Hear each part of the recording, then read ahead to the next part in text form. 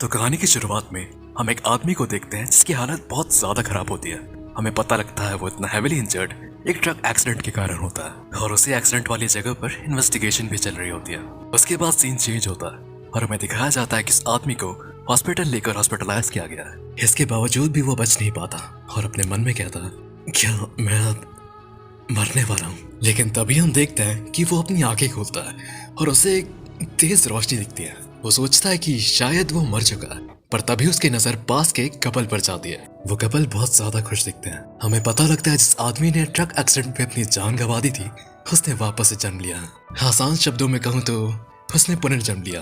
उसकी मेंटालिटी अब भी एक अडल्ट जैसी होती है और शायद इसी कारण से वो उस औरत के ब्रेस्ट टच करने का ट्राई करता है। जब वो अपने हाथ आगे बढ़ाता है उसकी नजर अपने हाथ पर जाती है। वो देखता है कि उसके हाथ एक छोटे बच्चे जैसे हैं। इतना देखकर वो समझ जाता है कि वो एक बच्चे के रूप में रेइनकार्नेट हुआ और साथ ही साथ वो कपल और कोई नहीं बल्कि उसके नए माता पिता हैं। फिर वो अपने मन में कहता है, पॉल और सैरथ देखकर तो मुझे मिड-20s के लगते हैं। मेरी एज 34 है। इस हिसाब से तो ये दोनों मेरे सामने बच्चे हुए। तभी पॉल सैरथ के साथ अपनी रातें रंगीन करने लगता है और ये देखकर हमारा मेन कैरेक्टर कहता है, मुझे इनसे जलन हो रही है। ये लोग ऐसी उम्र में बच्चे पैदा कर रहे हैं। खैर जो भी हो, ब्रेस्ट फीडिंग के मजे तो ले पाऊंगा। उसके बाद हम एक दूसरा सीन दिखाया जाता है जिसमें वो बेबी इधर उधर घूम रहा होता है। उसकी मम्मी उसे पुकार लगाती है, रूडी रूडी रूडियस कहाँ हो। इस सीन से हमें पता चलता है उस न्यूबॉर्न बेबी का नाम उसके पेरेंट्स रूडियस रखते हैं। रूडियस जेनिथ की पुकार सुन रहा होता है पर अब इग्नोर कर देता है। फिर हमारा मेन कैरेक्टर एक टोकरी के पास जाता है और उससे एक अंडरवेयर निकालकर उसे अश्लील तरीके से सूंघने लगता है। उसे अपने चेहरे पर पहनने के बाद उसकी नजर उसकी घर की मेड पर जाती है, जिसे देखकर वो कहता है, यह है हमारी घर की मेड और इसका नाम है लिलिया। उसके बाद वो उसके ब्रेस्ट की तरफ देखकर कहता है, इसके पास काफी बढ़िया माल है। वो पहले से भी ज्यादा अश्लील मुस्कान देता है। लिलिया भी उसकी वो स्माइल नोटिस कर लेती है, पर तभी जेनिथ आकर रोडियस को अपनी गोद में लेती है और उसके चेहरे से वो अंडरवेयर निकाल कर कहती है, रोडियस इसे यहाँ नहीं पहनते। लेकिन तभी हम देखते हैं कि लिलिया जेनिथ से रोडियस की अश्लील मुस्कान के बारे में कुछ कहने की कोशिश करती है। हालांकि वो कह नहीं पाती और हिचकिचाते हुए कुछ और ही बोल देती है, मिस जेनिथ, मुझे लगता है कि यंग लॉर्ड को किसी मॉन्स्टर ने काबू कर लिया है। पर ऐसी बात करने के लिए वो माफी मांगती है। फिर सीन चेंज होता है जिसमें रोडियस अपनी घर की बुराई कर रहा होता है और कहता है, ये घर शायद 90s के जमाने का, ना गैस है ना बिजली। दोबारा पैदा होकर अच्छा लग रहा है, पर मुझे अपने कंप्यूटर की याद आ रही है। जिसके बाद खिड़की के बाहर देखते देखते उसकी नजर उसके फादर यानी पॉल की तरफ जाती है। पॉल स्वॉर्ड प्रैक्टिस कर रहा होता है, जिसे देखकर रूडियस काफी इंप्रेस हो जाता है और शायद ज्यादा एक्साइटमेंट के कारण वो अपना बैलेंस खोकर जमीन पर गिर जाता है। गिरने की आवाज सुनकर लिलिया और जेनिथ दौड़ते हुए आते हैं। जेनिथ रूडियस को अपनी गोद में उठाकर पूछती है कि क्या उसे लगी तो नहीं। फिर लिलिया कहती है, कितनी अजीब बात है, यंग लॉर्ड गिर गए फिर भी रोए नहीं। लेकिन उसकी बात को नजरअंदाज कर जेनिथ रूडियस को, रूडी मामा तुम्हारा दर्द गायब कर देंगी। ये सुनकर रूडियस को लगता है कि उसकी मॉम कोई पेन गो अवे वाली हरकत करने वाली है, लेकिन असल में जेनिथ कोई अलग ही चैंटिंग करना शुरू कर देती है, जिसके बाद वह सच में जादू जैसा कुछ होता है। वह चैंटिंग उसका दर्द सच में गायब कर देती है, जो देखकर रूडियस काफी इंप्रेस होता है। उसके बाद वह अपने मन में कहता है, ये पृथ्वी नहीं है, ये कोई और ही दुनिया है। रूडियस ये सब सोच ही रहा होता है कि तभी उसकी नजर बाहर आसमान की ओर जाती है, जहाँ एक अजीब सा क्रिएचर उड़ रहा होता है, जो देखकर रूडियस अपने मन में कहता है, ये दुनिया तो माया और तलवारबाजी की है। इसी के साथ हमारा रूडियस दिन ब दिन बड़ा होता रहता है, यहाँ तक कि अब वो चलने फिरने और बोलने भी लगता है। इस तरह यूं ही दिन बीतते जाते हैं और हम एक दिन देखते हैं कि रूडियस को कुछ किताबें मिलती हैं, जो देखकर वो अपने मन में कहता है, इस पूरे घर में सिर्फ 5 किताबें हैं। या तो इस दुनिया में किताबें बहुत महंगी हैं, या तो जेनिथ और पॉल को पढ़ने का शौक ही नहीं।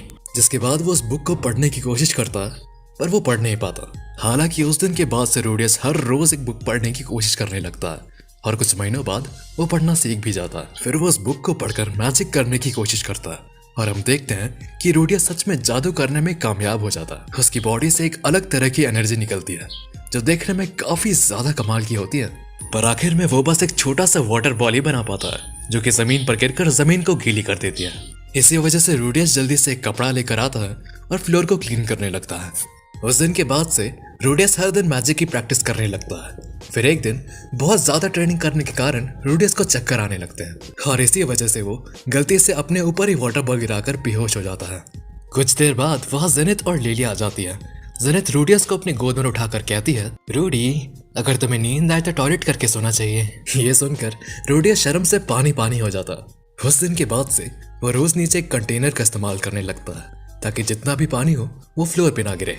इसी तरह कुछ महीने गुजर जाते हैं और हम देखते हैं कि एक दिन पॉल, जो कि बाहर लड़कियों के सामने तलवारबाजी करते हुए फ्लेक्स मार रहा है, उसके मुंह पर आके एक वाटर बॉल लगता है, पर उसे पता नहीं होता कि वो वाटर बॉल आया कहाँ से। फिर हम देखते हैं कि इसके पीछे और कोई नहीं बल्कि रूडियस का हाथ होता है और वो वाटर बॉल को इस तरह शूट कर पाने की वजह से काफी ज्यादा खुश लगता है। लेकिन फिर वो सोचता है कि जब वो जादू का इस्तेमाल ऐसे ही कर सकता है तो भला मैजिक यूज करने में चैंटिंग का क्या रोल है। इसी क्यूरियोसिटी के कारण वो एक दिन बुक में से कोई मंत्र पढ़कर मैजिक करने की कोशिश करता है। लेकिन इस बार रूडियस एक काफी बड़ा और खतरनाक वाटर बॉल बनाता है जो कि उसके घर की विंडो को तोड़कर तेजी से आगे बढ़ने लगता है। इससे आसमान में इंद्रधनुष बन जाता है और हल्की सी बारिश भी होने लगती है। दूसरी ओर वो शोर सुनकर वहां पर लिलिया, पॉल और जेनिथ तीनों आ जाते हैं। वो तीनों काफी घबराए हुए होते हैं और विंडो के आगे के हिस्से को देखकर पॉल कहता है, क्या यहाँ पर कोई मॉन्स्टर आया था? नहीं, ऐसा तो नहीं हो सकता, अभी सुबह चल रही है। पर तभी जेनिथ वहां रखी किताब को नोटिस करती है और रूडी से सवाल करती है, रूडी क्या तुमने इस किताब को पढ़ा था? पर उसका खौफनाक चेहरा देखकर रूडियस थोड़ा घबरा सा जाता है और अपने मन में कहता है, कहीं यहाँ पर इतनी छोटी उम्र में मैजिक करने के लिए बच्चों को तवे पर सेक कर मार तो नहीं दिया जाता ना। जिसके बाद वो हिचकिचाते हुए सच बताता है और साथ ही माफी भी मांगता है। यह सुनकर जेनिथ काफी ज्यादा खुश हो जाती है और खुशी से कूदने लगती है। लेकिन तभी पॉल कहता है, ये बस इंटरमीडिएट लेवल का ही तो था। जो सुनकर जेनिथ कहती है, लेकिन इसकी एज भी तो देखो, ये कितनी छोटी सी उम्र में मैजिक इस्तेमाल कर सकता है, हमें इसके लिए कोई मैजिक टीचर रख लेना चाहिए। लेकिन पॉल इस बात से खुश नहीं होता और कहता है, हमने वादा किया था ना, अगर लड़का हुआ तो स्वॉर्ड्समैन बनेगा और अगर लड़की हुई तो मैजिशियन। और इसी बात पर वो दोनों बहस करने लगते हैं। पर तभी लिलिया वहां से जाते जाते कहती है, क्यों ना दिन में जादू सिखाओ और शाम को तलवारबाजी। और इसी के साथ हम देखते हैं कि दोनों का झगड़ा खत्म हो जाता है और वो आपस में गले मिलकर कहते हैं, हमें बच्चे के सामने ऐसे नहीं झगड़ना चाहिए। जिसके बाद वो एक मैजिक टीचर को बुलाते हैं जो उम्र में काफी ज्यादा छोटी लगती है। फिर पॉल और जेनिथ उससे कहते हैं, क्या आप ही हैं मैजिक टीचर? जो सुनकर वो लड़की हाँ कहती है और अपना नाम रॉक्सी बताती है। रॉक्सी को देखकर रूडियस कहता है, ये कितनी छोटी है? जिसके जवाब में रॉक्सी कहती है कि ये मैं उससे नहीं सुनना चाहती जो खुद ही इतना छोटा है। जिसके बाद रूडियस अपने मन में कहता है, काफी चिड़चिड़ी लगती है, मैंने तो अभी तक इसके ब्रेस्ट के बारे में कुछ कहा भी नहीं। जिसके बाद रॉक्सी स्टूडेंट के बारे में पूछने लगती है। जो सुनकर पॉल और जेनिथ हमारे मेन कैरेक्टर की तरफ इशारा करते हैं। पर रॉक्सी ये देखकर धीरे से कहती है, कुछ बच्चों में शुरुआती जादू के असर देखकर ही कुछ बेवकूफ माँ बाबा को लगता है कि उनके बच्चे कहीं की 30 मार खा है। पर रूडियस से बात सुन लेता है और अपने मन में कहता है, ये जानती तो है ना कि हम इसे सुन सकते हैं। जिसके बाद रॉक्सी पॉल और जेनिथ को समझाने की बहुत कोशिश करती है कि उनका बच्चा अभी बहुत छोटा है, वो मैजिक थ्योरी वगैरह नहीं समझ पाएगा। काफी देर तक समझाने पर भी ना समझने पर रॉक्सी हार मानकर कहती है, मैं अपनी पूरी कोशिश करूंगी। पर ट्रेनिंग बाहर करने के नाम से ही रूडियस बहुत डर जाता है। उसके बाद सीन चेंज होता है जिसमें हम रॉक्सी और रूडियस को घर के पीछे वाले साइड पर देखते हैं। रॉक्सी रूडियस को मैजिक थ्योरी के बारे में समझाने लगती है कि माया में 3 प्रकार होते हैं, पहला अटैक मैजिक, दूसरा हील मैजिक और तीसरा समन मैजिक। और इनके भी 7 स्टेजेस होते हैं। लेकिन तभी उसकी नजर जाती है रूडियस पर जो कि डरा सहमा सा होता है। इसलिए वो उससे कहती है कि क्या हुआ, चलो मैं तुम्हें एक स्पेल दिखाती हूँ। फिर हम देखते हैं कि वो एक जादुई मंत्र कहती है जिससे एक जबरदस्त वाटर बॉल निकलता है और वो सीधा जाकर पेड़ पर लगता है। लेकिन रूडियस वो देखकर कहता है, मेरी मॉम ने वो पेड़ बहुत मेहनत से उगाया था, वो गुस्सा हो जाएंगे। ये सुनकर रॉक्सी जल्दी से उस पेड़ पर हील मैजिक इस्तेमाल करती है और उससे पहले जैसा कर देती है। रूडियस ये देखकर बहुत इंप्रेस होता है और कहता है, आप हील मैजिक भी जानती हो, आप तो कमाल की हो। तो रॉक्सी जवाब में कहती है, कोई भी सही ट्रेनिंग के साथ इतना कर सकता है, पर तारीफ के लिए शुक्रिया। फिर रूडियस अपने मन में कहता है, तारीफ सुनकर तो अच्छे पिघल जाते हैं। जिसके बाद वो डिसाइड करता है कि फिलहाल वो चैंट करते हुए मैजिक इस्तेमाल करेगा। इसलिए वो कंसंट्रेट करने की कोशिश करता है पर तभी वह तेज हवा चलने लगती है, इसलिए उसका ध्यान कहीं और ही चले जाता है और वो बिना चैंट किए मैजिक इस्तेमाल कर देता। ये देखकर रॉक्सी चौंक जाती है और रूडियस से कहती है, तुम बिना चैंट किए मैजिक यूज कर सकते हो? फिर वो एक लालची मुस्कुराहट के साथ खुद से कहती है, इस बच्चे को मैजिक सिखाने में मजा आने वाला है। फिर हमें पता चलता है कि रूडियस गलती से उसी पेड़ पर हमला कर देता जिस पर रॉक्सी ने वार किया था। इस वजह से पेड़ वापस गिर जाता है, पर इस बार जेनिथ देख लेती है और वो रॉक्सी से कहती है, मिस रॉक्सी, मेरे पेड़ों पर निशानेबाजी मत कीजिए प्लीज। जो सुनकर रॉक्सी अपने आप से कहती है, लगता है मैं पहले दिन ही फेल हो गई, शायद मुझे कल काम से निकाल देंगे।